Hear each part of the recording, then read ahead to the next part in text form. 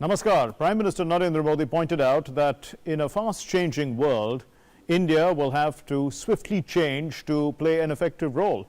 And speaking at the grand finale of the Smart India Hackathon this evening, the Prime Minister said that the necessary ecosystem is rapidly being prepared in the country for innovation, research, design, development and entrepreneurship, and that the new education policy has been designed with the needs, hopes and aspirations of the 21st century youth in mind.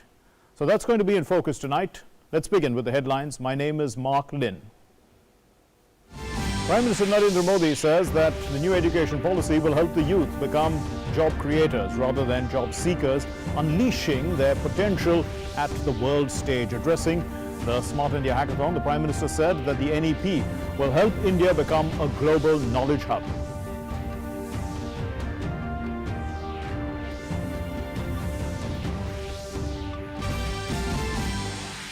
Home Minister Amit Shah too lauds the new education policy for its emphasis on Sanskrit and other Indian languages and says that it is in accordance with the ideals of Lokmanya Tilak. Amit Shah pays tributes to the great leader of the freedom movement on his 100th death anniversary.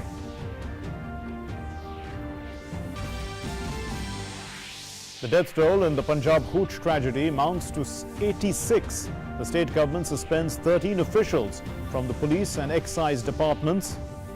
Several accused are arrested.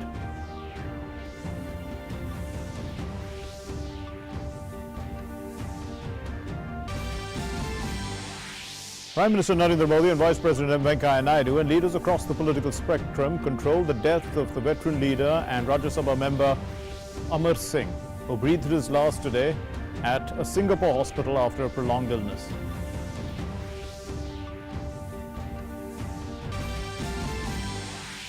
India's case fatality rate improves further to 2.15%. More than 34,000 people recover in the past 24 hours.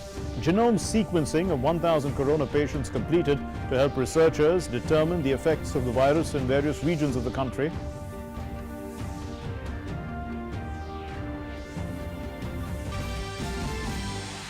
Globally, Mexico surpasses the UK to become the country with the third highest number of deaths due to COVID-19.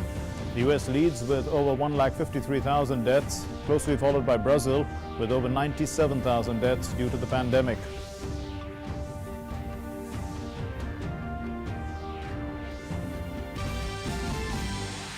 And Prime Minister Narendra Modi greets people on the occasion of Eid Adha and says that the occasion should inspire us to create just, harmonious and inclusive society.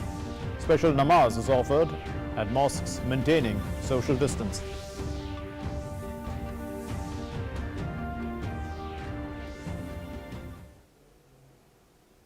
Our top story, Prime Minister Narendra Modi hailed the new education policy, saying that it emphasizes on making job creators instead of job seekers.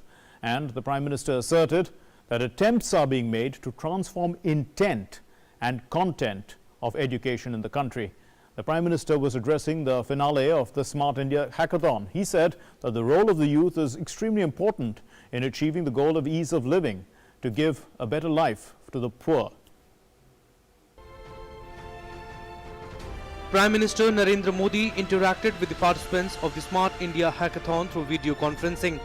He said the new education policy 2020 announced earlier this week emphasizes on interdisciplinary study, which will ensure that the focus is on what the students want to learn. The role of the youth is very important in achieving the goal of ease of living, to give a better life to the poor.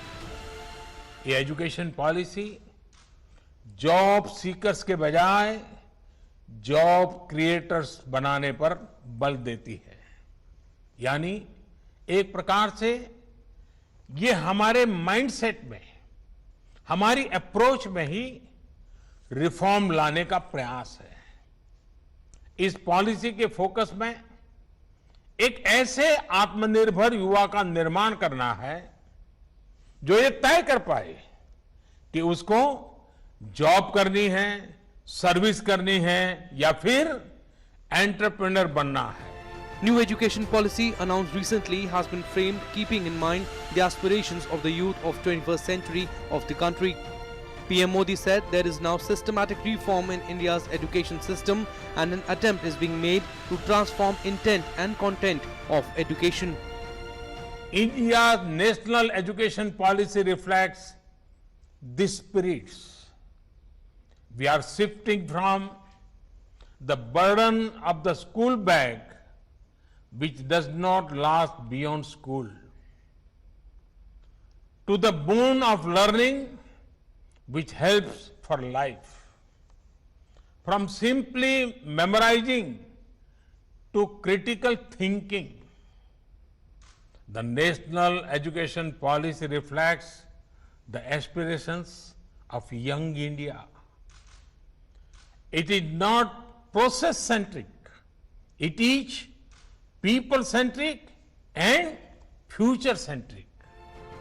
The Prime Minister further said that the new policy is also dedicated to the thinking of Baba Saheb Bhimrao Ambedkar, in which he said that the education should be accessible to all.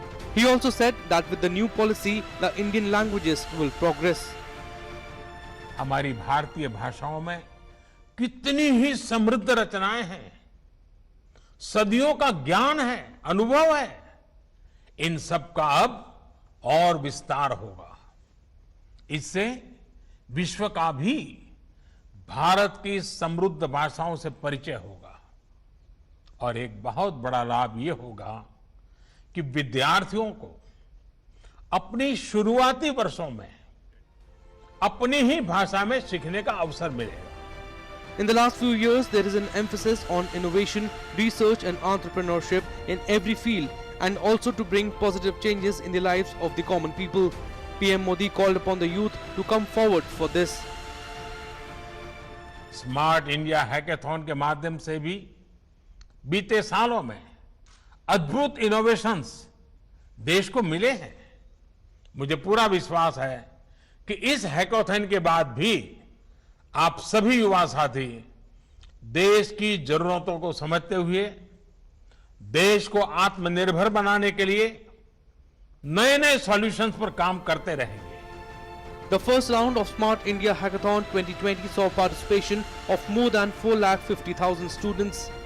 This year, the grand finale is being held online by connecting all the participants together on a specially built platform across the country. Over 10,000 students are competing to solve 243 problem statements from 37 central government departments, 17 state governments and 20 industries. Newsnet Desk, DD India. And the Union Education Minister, Dr. Ramesh Pokhriyal Nishank, inaugurated the grand finale of the 4th edition of the Smart India Hackathon, which is the world's largest online hackathon. And on the occasion, the Education Minister said that the Smart India Hackathon has provided a platform to millions of students of the country to refine their talent.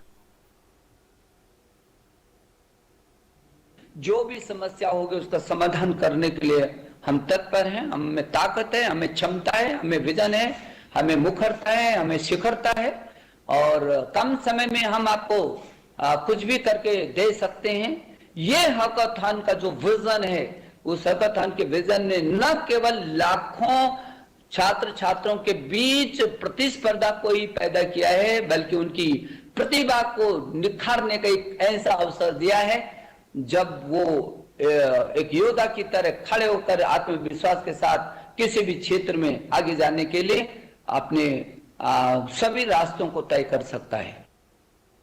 The Education Minister also said that the new education policy is based on new reforms, on new ideas and new research that will take India to the pinnacle of the world, is what he said. He said that the Smart India Hackathon will realize the dream of the Prime Minister of a self-reliant Atmanirbhar Bharat.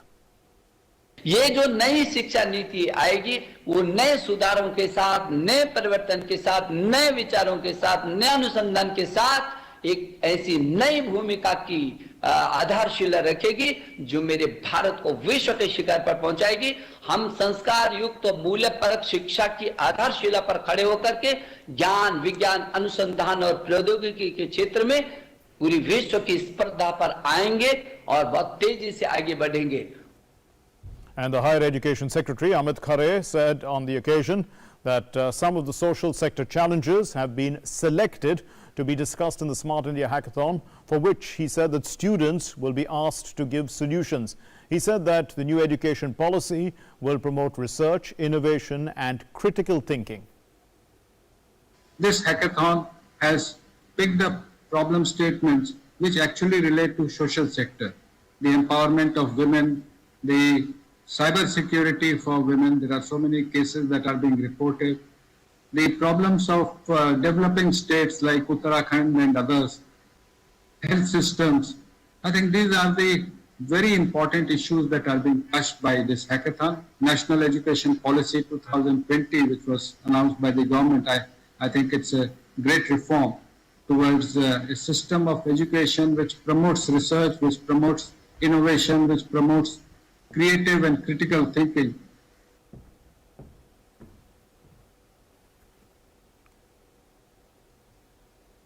So let's take a look at the big takeaways from the Prime Minister's address earlier today.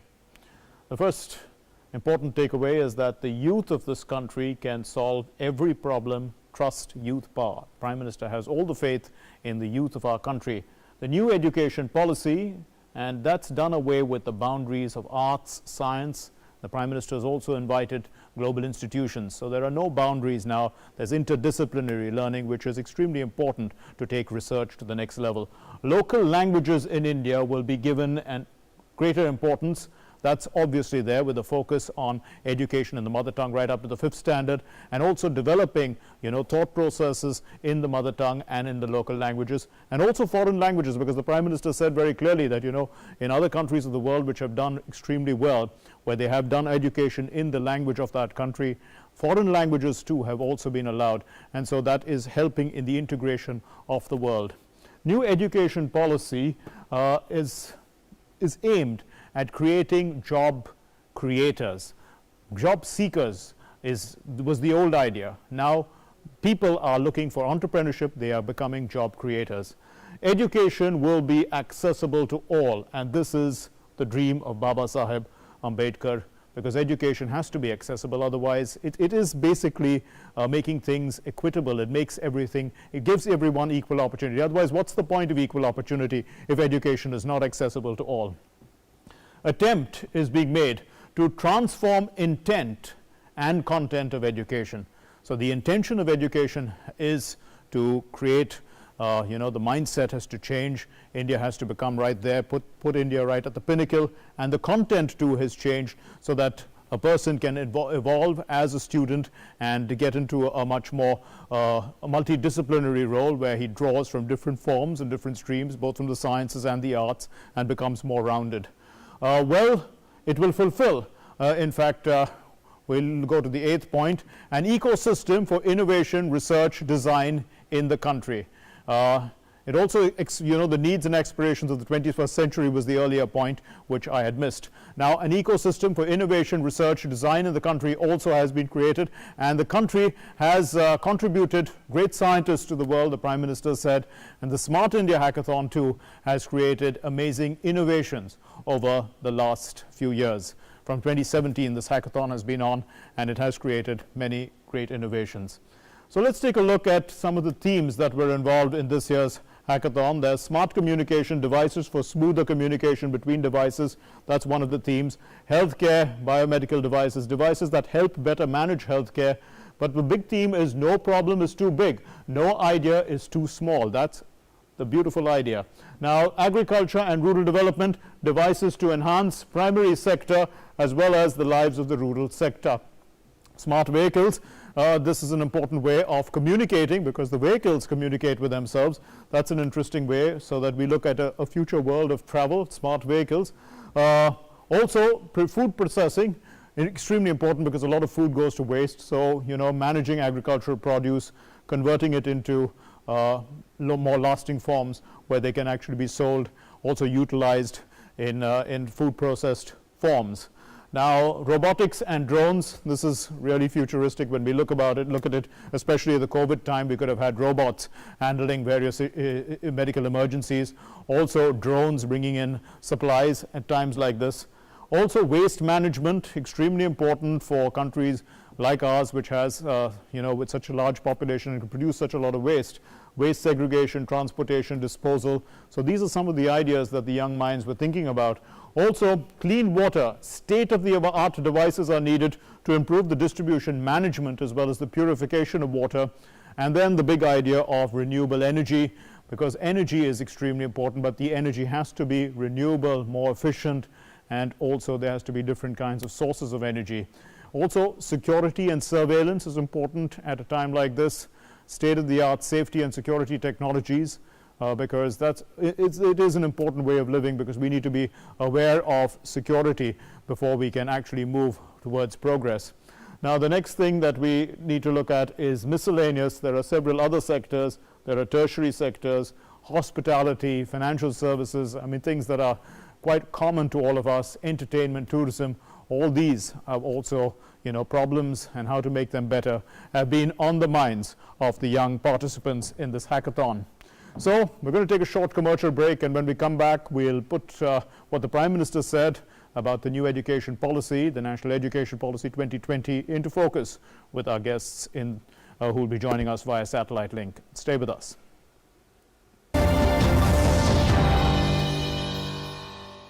क्यों बहनों, मिल गई ना खबर camp की? हाँ आशा, तू तो वहाँ मेरी नजर का इलाज करवा। नजर ही नहीं चाची, नाक, कान, त्वचा, शुगर, बीपी या कोई यौन रोग हो, सेहत और इलाज की मुफ्त सुविधा अब हमारे घर पर ही आ गई है। कैंप की अधिक जानकारी शहरी स्वास्थ्य केंद्र से या अपनी बस्ती की आशा से प्राप्त कीजिए। स्वस्थ बने जीवन, हर बस्ती, हर आंगन। राष्ट्रीय शहरी स्वास्थ्य मिशन हरियाणा। बरसात में कई स्थानों पर लैंडस्लाइड के कारण जान माल का काफी नुकसान हुआ है। बरसात के मौसम में लैंडस्लाइड जरूर होता है क्या? पहाड़ों पर मिट्टी की मजबूत पकड़ नहीं होने से ही ना बारिश में लैंडस्लाइड का खतरा बढ़ता है। तो इसमें गलती किसकी है काका? हमारी। हमारी गलती कैसे? जैसे पेड़ ना लगाना और पेड़ों की कटाई, गलत खेती करना, लापरवाही से कूड़ा करकट फेंक देना जिससे पानी की निकासी का रुक जाना, ऐसी गलतियाँ कभी नहीं करो और लैंडस्लाइड से बचो। बिल्कुल, आपके हित में तत्पर एनडीए में। And that brings us to In Focus tonight, and In Focus is this.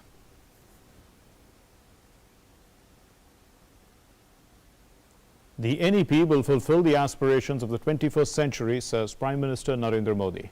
So NEP fulfilling the aspirations of the 21st century. To discuss this, we have Professor V. Ram Gopal Rao, the Director of IIT Delhi, and Professor A.P. Dash is the Vice Chancellor of the Central University of Tamil Nadu. Thank you very much, gentlemen, for being with us.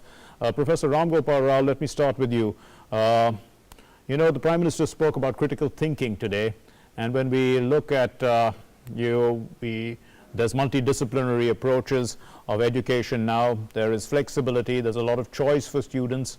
How is critical thinking going to make that big difference in taking innovation, let's say, to the next level?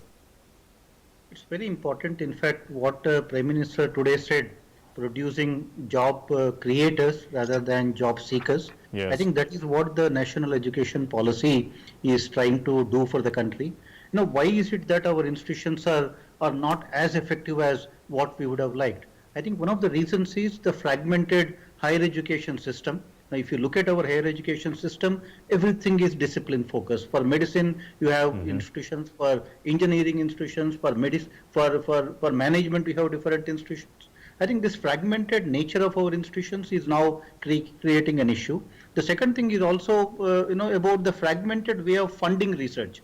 In India, if you see, there are again funding schemes available from, let's say, ICAR, Indian Council for Agricultural Research, Indian Council for Medical Research. So in every sector now we have segmented the funding. We have also segmented our higher educational system. As a result now, whether if you look at a problem solving kind of a skill, that doesn't have a discipline. The moment you put problem first, all these disciplines will vanish. For example, like what even government of India has been saying, doubling the farmer's income. Now, who would double the farmer's income? Would it be done by the agricultural labs? Would it be done by the IITs? Who will solve the farmer's problem? Precision agriculture, for example, will require, the basic sciences and engineering departments to come together and work with each other, including the agricultural scientists. And we do not have a single institution in the country today, to solve the agricultural productivity problem, where you have agricultural sector, the basic sciences, the engineering fields,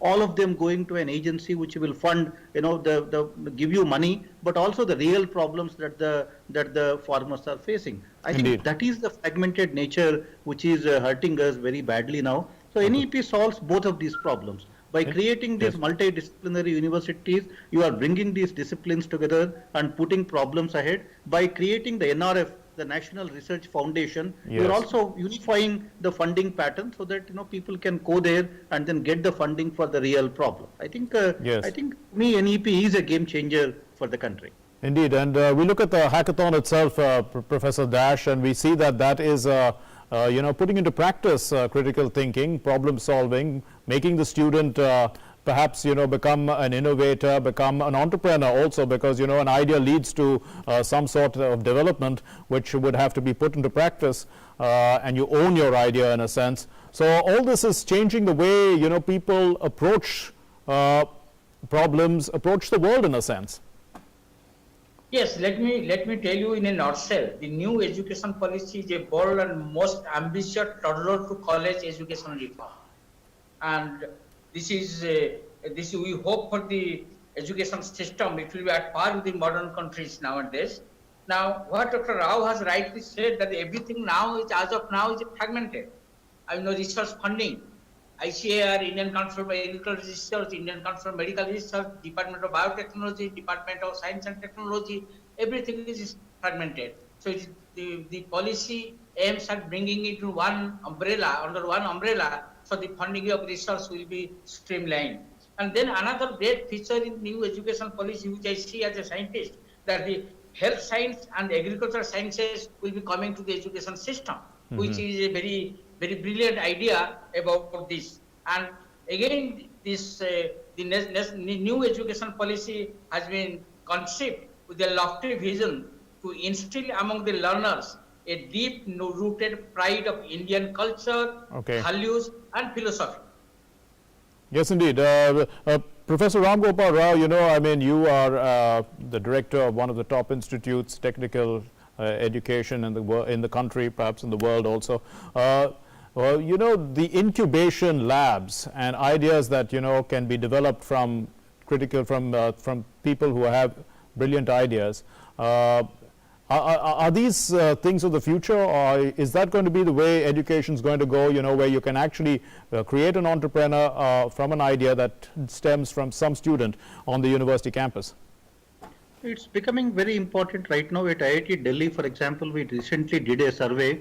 Every second student on our campus now wants to become an entrepreneur eventually, if not immediately after their graduation, but eventually they want to start their own enterprise. So even our educational training needs to cater to their requirements, because until now, we were producing graduates who can go out and find a job and work for somebody, but now we need to produce students who can go out and create their own enterprises. So that calls for a completely different kind of a mindset. At IIT Delhi, for example, we have created a minor degree program for entrepreneurship. We are training our students on all aspects of entrepreneurship.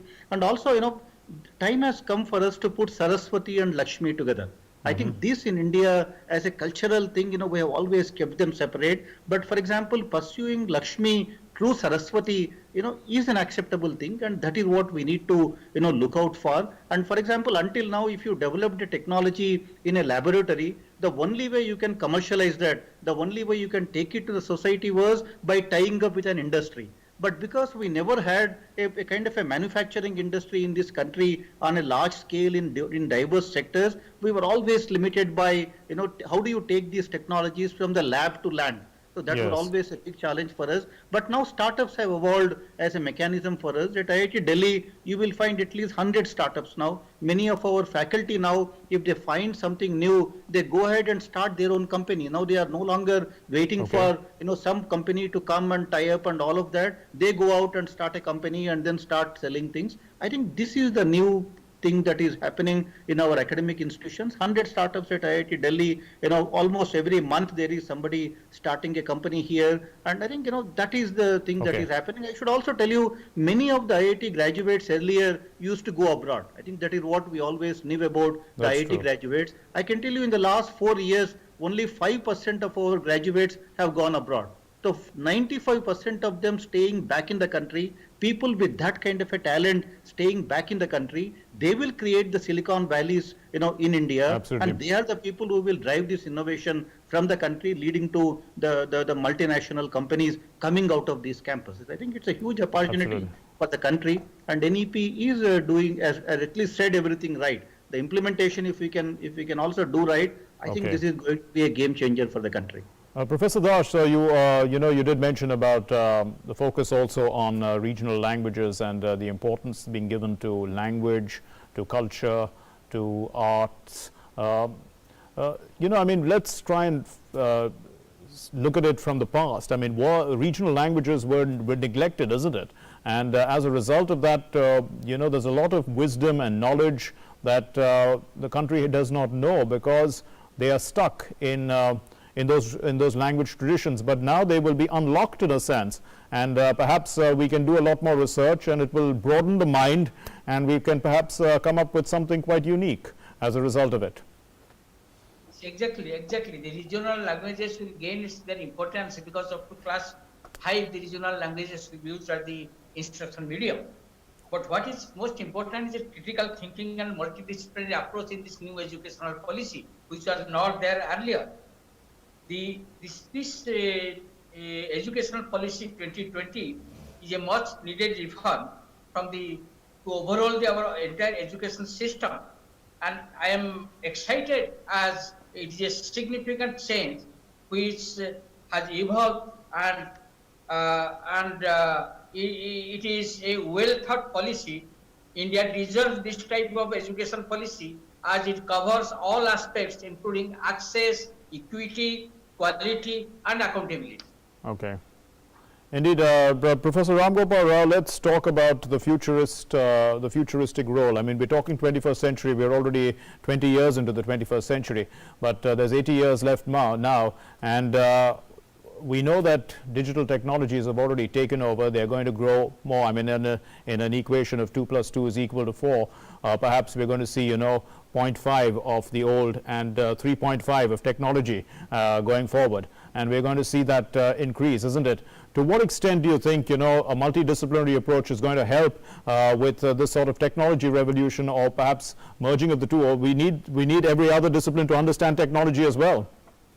Exactly, it's a very important thing. If you look at a mobile phone today, now mobile phones, for example, when you look at a mobile phone, there is a lot of technology that goes into a mobile phone, but there is also a lot of aesthetics, a lot of design component that goes into a mobile phone. In an IIT, we would expose our students to the technologies inside a mobile phone, but our students are never really, exposed to the creative part of designing the mobile phone, the designing the interfaces, because what is the technology today? The technology is either invisible or it is beautiful. I think these are the two ways you can define a technology today. And I think, at IIT Delhi, for example, we started a department of design. The Department of Design, we are now, the admissions for Department of Design are no longer going to be made by using the joint entrance examination, the typical or the standard examination for IITs. So we are going to admit now the bachelors of design students into the Department of Design through creative kind of thinking. Our tests will essentially be testing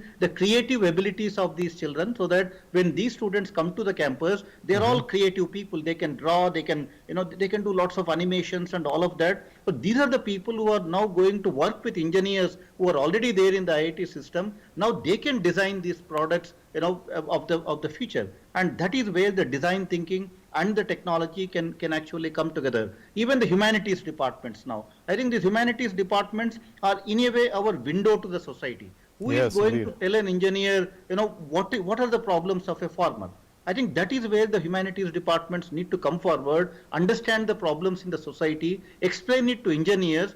Some of these problems might have a solution in the policy. So therefore, we need good schools of public policy. Some of these solutions can lie in the technology. That is where engineers come in. So therefore, all these disciplines need to come together if we want to be impactful. If our goal is to just educate students for a job, or if our goal is to just publish some papers and then be happy about it, I think what we are doing is pretty good. But if our goal is to be impactful, innovation to me is inception to impact. That is what is innovation for me. I think for us to become impactful in the society, for us to become visible to the society, we need to start embracing now the multidisciplinary kind of an approach, to everything that we do. I think that is where the educational institutions of the 21st century, will be placed, and that is how we will be able to, showcase our talent to the society and make a difference to the society eventually. In fact, the Prime Minister did say something which was similar to what you're saying right now. Professor Dash, the Prime Minister said that, learning,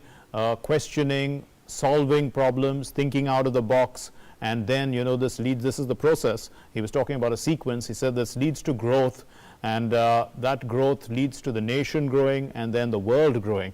So, I mean, there is, it comes out from, learning, questioning, and solving problems. That attitude is really the attitude of critical thinking, which we were talking about. Professor Das, with the humanities, people were probably thinking largely about problems of society. But in today's world, technology is playing a significant role. Would you see that, people of the humanities need to start looking at technology more seriously? Yes, definitely. I can say briefly, the new educational policy is a dynamic policy and will transform educational ecosystem at all levels, humanities, science, or whatever. And it will pave the way for new India. And definitely humanities will need technology.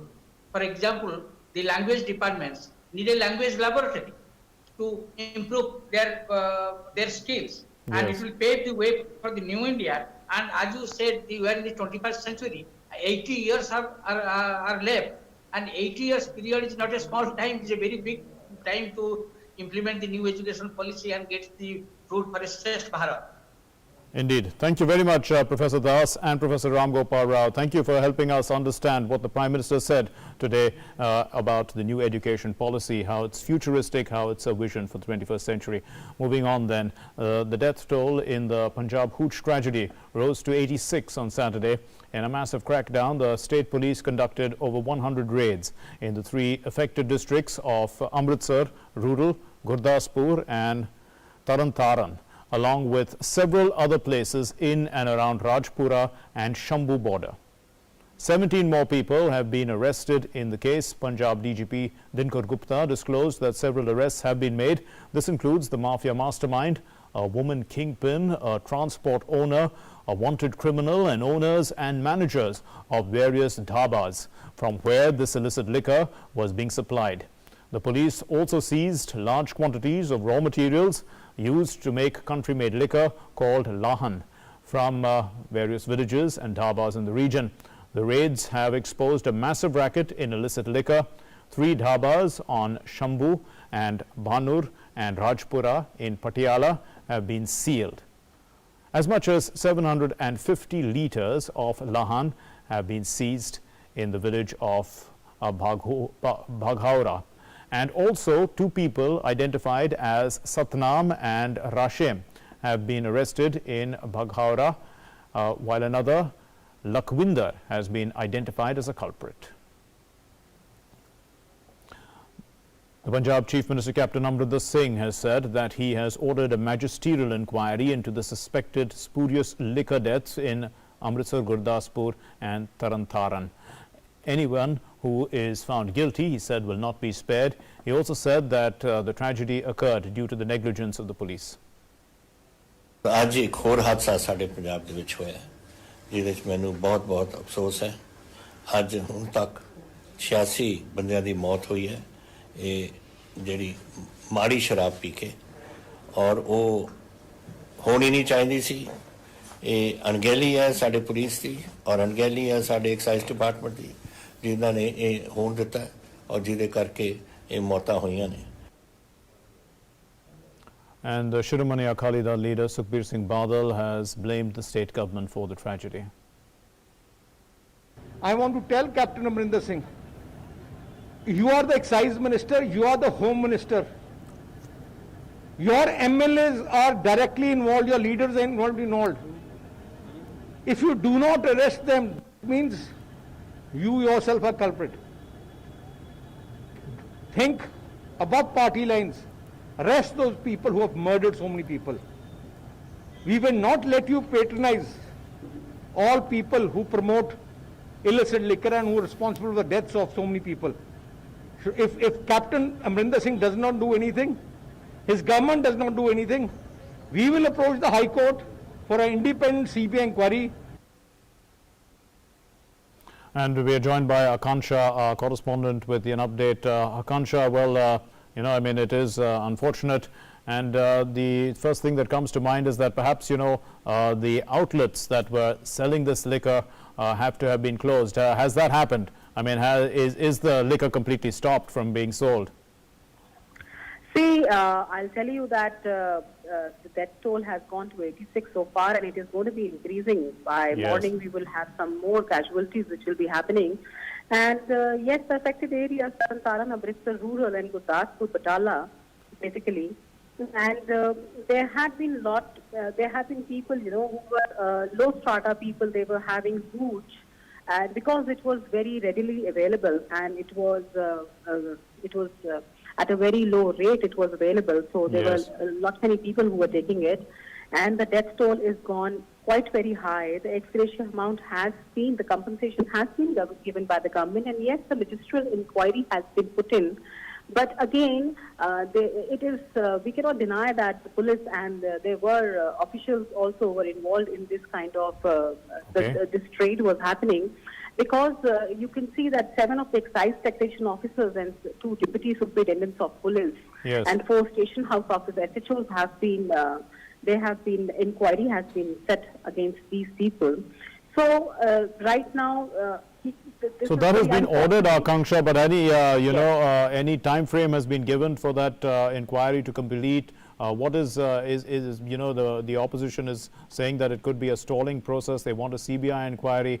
So the point is that results have to be seen, and they have to be seen as well. So is that happening in a sense? See, I'll tell you, since this morning, only around 10 people were rounded up for the crime, and by this time, some around 25 people have been arrested, and some 100 places have been raided by the police, and especially the highway area, the dhabas, and the other places, wherein the suspected places are being raided by the police. So certainly the police is in action right now, and certainly the magisterial inquiry will come out with something. But as such, the time frame is not given. But certainly this is something which is big. So we expect that something concrete is going to come out very soon. Akansha, thank you very much for those inputs. Moving on then to our next story, Home Minister Amit Shah also lauded the new education policy for laying major stress on Sanskrit and Indian languages. He said that it is in accordance with the ideals of Lokmanya Tilak. At a function organized by the ICCR, the Home Minister paid rich tributes to the great leader of India's freedom movement on his 100th death anniversary. India is observing the 100th death call of great freedom fighter Lokmanya Tilak, who gave the clarion of Swarajya is my birthright and I shall have it. Paying tribute to Lokmanya Bal Gangadhar Tilak, PM Narendra Modi in a tweet said, and I quote, his intellect, courage, sense of justice and idea of Swaraj continue to inspire people. एक ऐसे ही महापुरुष हैं Lokmanya Tilak.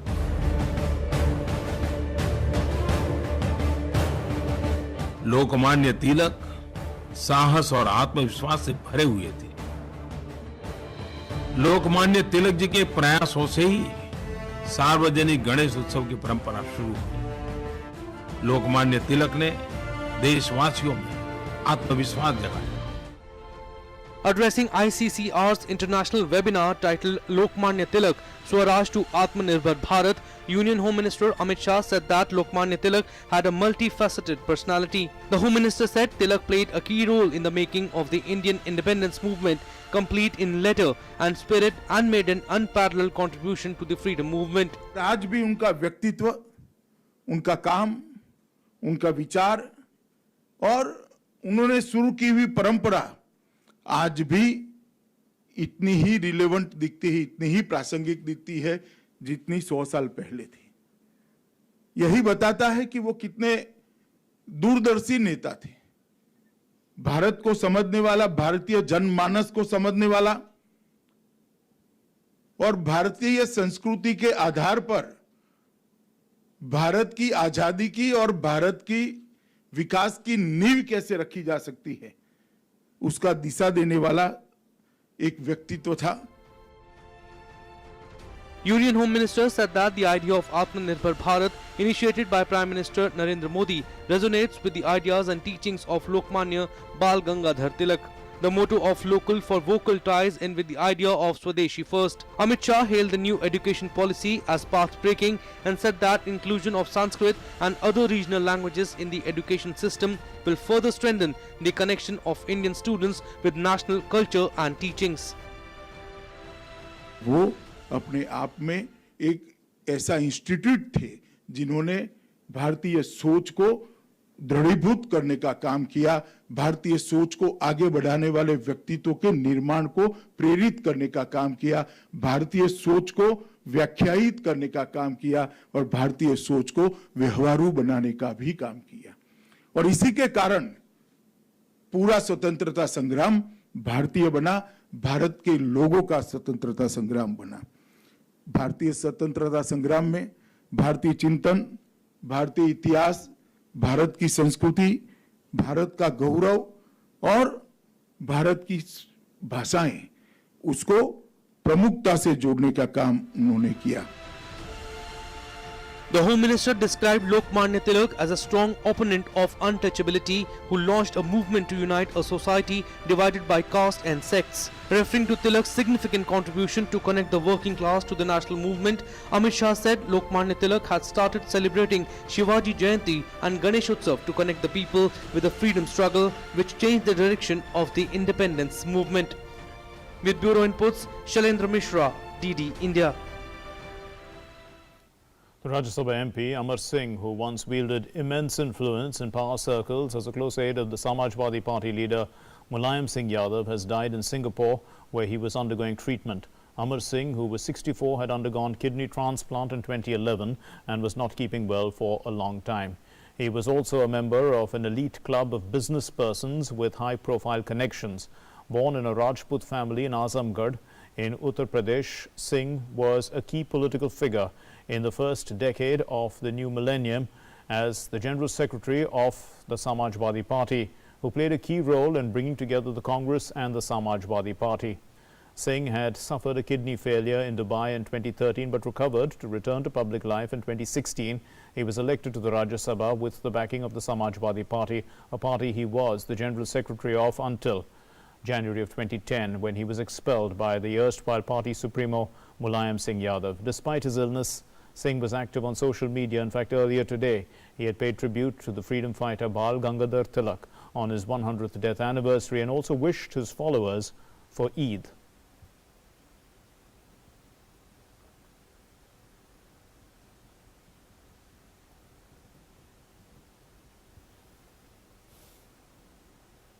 Dr. Harshvardhan, the Minister of Science, Technology, Health and Family Welfare and Earth Sciences, announced the successful completion of the Pan-India 1000 genome sequencing of SARS-CoV-2. Dr. Harshvardhan also launched the largest network of 5 dedicated COVID-19 biorepositories established by the Department of Biotechnology in record time. He dedicated them to the nation, completing the relentless efforts of the DBT. Dr. Harshvardhan complimenting them. In fact, Dr. Harshvardhan said that this information is important for public health response initiatives requiring investigation into the transmission of COVID-19. The sequence data will soon be released in the global initiative on sharing all influenza data to be used by researchers across the world. Information in the database will improve the understanding on how the virus is spreading and help in interrupting the transmission chains. The Department of Biotechnology launched a pan-India SARS-CoV-2 RNA genome sequencing program in May. The consortium of participants has achieved its initial goal of completing the sequencing of 1,000 genomes from the pharyngeal and oropharyngeal swabs collected from these who were tested positive for COVID-19. The main purpose of these biorepositories, the main purpose is to archive the inactivated virus and also the clinical samples. Meanwhile, 16 vaccine candidates are in different stages of development. The BCG vaccine is undergoing the phase 3 trial. The Zydus Cadila DNA vaccine is in phase 1 and 2 trial, and 4 vaccine candidates are in advanced stages of preclinical study. The Minister of Health and Family Welfare, Dr. Harshvardhan, also said that the genome testing will not only help India but researchers across the globe. Virus की क्या variety है, उसके कहां से देश में आने की संभावना है, वो दुनिया के किस किस हिस्से के किस किस वायरस से मिलता जुलता है, क्या उसमें कोई किसी प्रकार का परिवर्तन हुआ है, उसकी जो ट्रांसमिशन है उसके कारण बीमारी होने की संभावना है या उसके आगे के बिहेवियर के बारे में, और इसके साथ साथ इसको सारे दुनिया के अंदर जो इसी तरह का काम हो रहा है उसको कोलेट करके कैसे कोविड-19 के खिलाफ जंग को और ज़्यादा बेहतर तरीके से सफल बनाया जा सकता है, उसमें विज्ञान का ये आज एक इम्पॉर्टेंट अध्याय पूरा हुआ है. And now some updates about the battle against COVID-19 in the country. India has registered the lowest COVID-19 mortality rate at the global level. The mortality rate has further declined to 2.15% in the country as of Saturday. It is the lowest figure since the first lockdown was imposed due to coronavirus pandemic. A total of 10,94,374 people have recovered in the country so far. With this, the recovery rate reached to 64.53%. The ICMR has said that a total of 5,25,689 tests of coronavirus samples were conducted by various laboratories till July 31st. So far, 1,93,58,659 tests have been conducted in the country. The government has extended the ban on international flights till August 31st amid the coronavirus pandemic. However, this restriction will not be applicable for international all-cargo operations and flights specifically approved by the DGCA. India had first suspended international flights on March 22nd, just before the national lockdown was announced. The government has decided to permit exports of ventilators. The Health Ministry said that in India, fewer numbers of active cases are on ventilators. The group of ministers, GOM, on COVID-19 has considered and agreed to the proposal of the ministry allowing the export of made-in-India ventilators. The seroprevalence study began in Delhi on Saturday. This second round survey is being conducted in the different areas of the city in the next 5 days. The first phase of the study was conducted from 27th of June to 10th of July in all the 11 districts of Delhi. Well, the countdown to the Foundation Day stone laying ceremony of the Ram Temple in Ayodhya on the 5th of August has begun. Let's take a look at this ground report of the preparations going on there.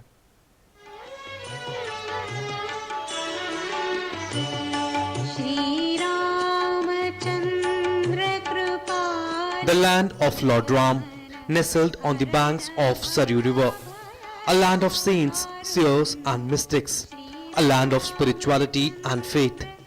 This is Ayodhya, the birthplace of Lord Ram.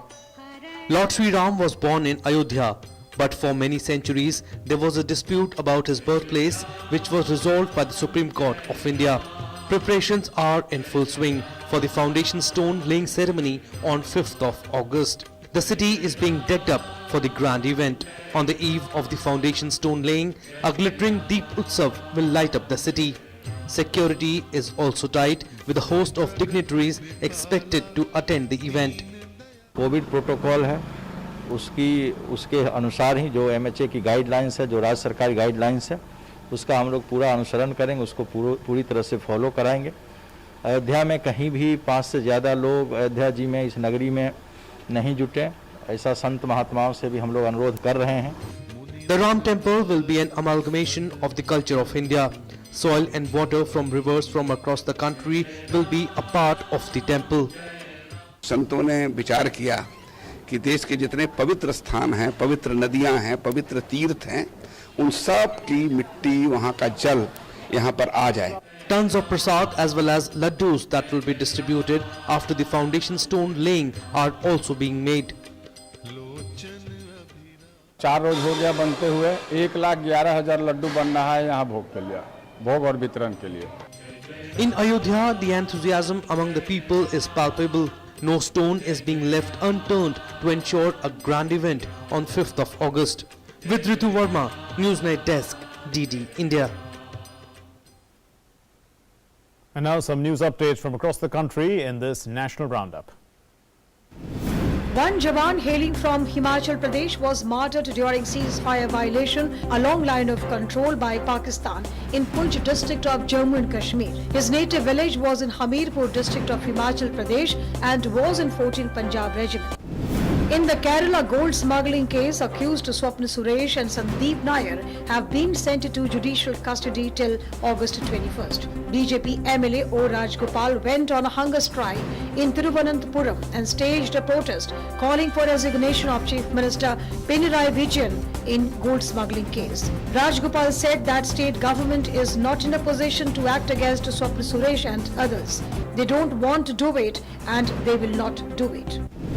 As many as 11 people were killed at the Hindustan Shipyard Limited premises in Visakhapatnam on when a huge rail-mounted crane collapsed during a trial run. According to the district collector, 4 of the victims were employees of HSL while the rest belonged to a contracting agency. It is said it is the first such mishap at Hindustan Shipyard. Police Commissioner R.K. Meena said the mishap occurred when the victims were engaged in erecting the crane. Eid-ul-Azha or Bakr-Eid was celebrated with religious fervor and due reverence across the country today. Most worshippers offered Eid prayers at local mosques, but adhering to physical distancing norms, and in some states where the lockdown is imposed, people offered prayers in their homes amid the coronavirus pandemic. So imams who led the prayers appealed to the people also to celebrate the festival in a spirit of brotherhood while maintaining health protocols. The festival of sacrifice Eid-ul-Azha or Bakr-Eid was celebrated with religious fervor and reverence across the country on Saturday. The day saw Muslim devotees offering prayers at mosques and at home while keeping social distancing in mind amid the pandemic. With the easing of lockdown rules, devotees wearing masks were seen offering prayers at the Jama Masjid in Delhi and Delhi's Fatehpuri Mosque. In Punjab's Amritsar, devotees offered prayers at Khairuddin Mosque amid light showers. Prayers were also offered in UP's Rampur and in Coimbatore in Tamil Nadu. अच्छा लग रहा है क्योंकि ईदगाह की नमाज नहीं हुई थी और आम लोगों की हुई थी, लेकिन इस बार बहुत सारे लोगों की हुई है और मज़ा आया है. मास्क पहनना जरूरी है, सोशल डिस्टेंसिंग रखना एक दूसरे से जरूरी है, सब चीज़ें जरूरी हैं कोरोना से. अच्छा लग रहा है, यहाँ पे ईदगाह की नमाज भी हुई है. इस बार तो पूरे लॉकडाउन बंद रही है, यहाँ पे आने के तो बहुत मज़ा आ रहा है फैमिली के साथ. आज हम लोगों ने ईद की नमाज अपने घर पे अदा की क्योंकि हालात सोशल डिस्टेंसिंग के हैं और जो इस वक्त वबा आई हुई है कोरोना की वजह से हर आदमी चाहता है कि सेफ रहे. We also offered namaz at our residence only because due to maintaining of the social distancing, we avoid crowded places. President Ramnath Kovind, Vice President M. Venkaiah Naidu and Prime Minister Narendra Modi were among the several leaders who extended their greetings on the occasion of Eid-ul-Azha. In his message, the President said Eid-ul-Azha symbolizes the spirit of sacrifice and amity which inspires people to work for the well-being of one and all. Vice President M. Venkaiah Naidu said Eid-ul-Azha is a celebration of the unswerving devotion to God and the boundless compassion and love the Almighty has for His creation. The Prime Minister also extended greetings and said, "May this day inspire us to create a just, harmonious and inclusive society." He hoped that the spirit of brotherhood and compassion be furthered. And now some international updates on COVID-19 pandemic. The coronavirus cases are increasing rapidly worldwide. According to the latest data of the Worldometer, more than 1,77,88,000 cases of coronavirus have been reported so far, while more than 1,11,82,260 people have recovered and more than 6,83,000 people have died so far. Mexico has become the country with the third highest death toll of the coronavirus, with only the US and Brazil recording greater numbers. It has now suffered at least 46,688 deaths during the pandemic, which with a total, in fact, of 4.24 lakh infections. Previously, the United Kingdom had the third highest toll and had registered 46,204 deaths as of Friday. This unwanted record places Mexico behind Brazil and the United States.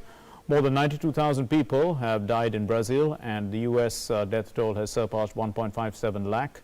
The World Health Organization has warned the effects of the pandemic will be felt for decades to come.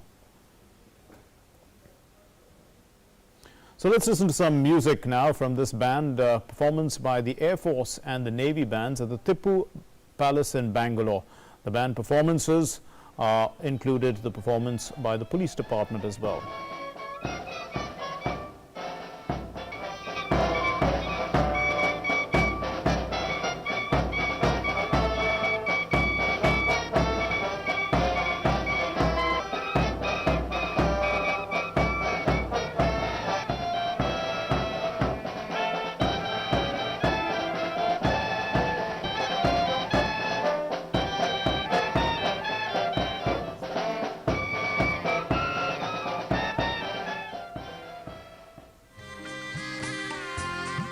And Hyderabad also observed these celebrations.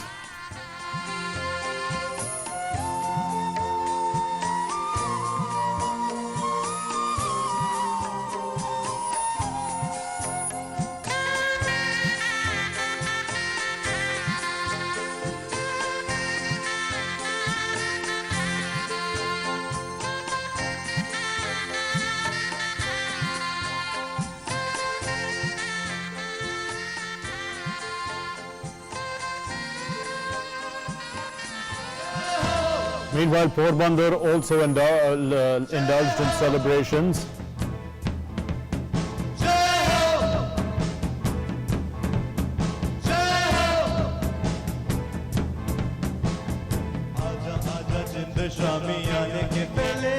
Celebrations in the run-up to independence.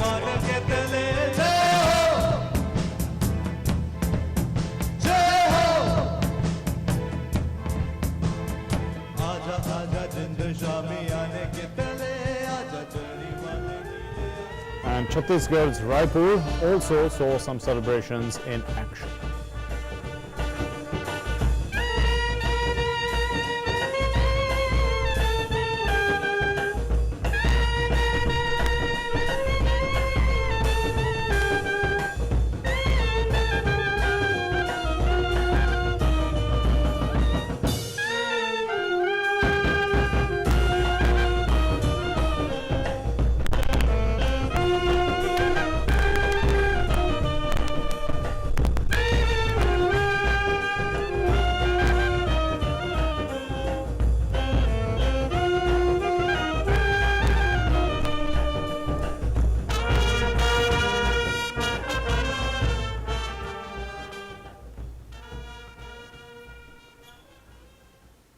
And with it.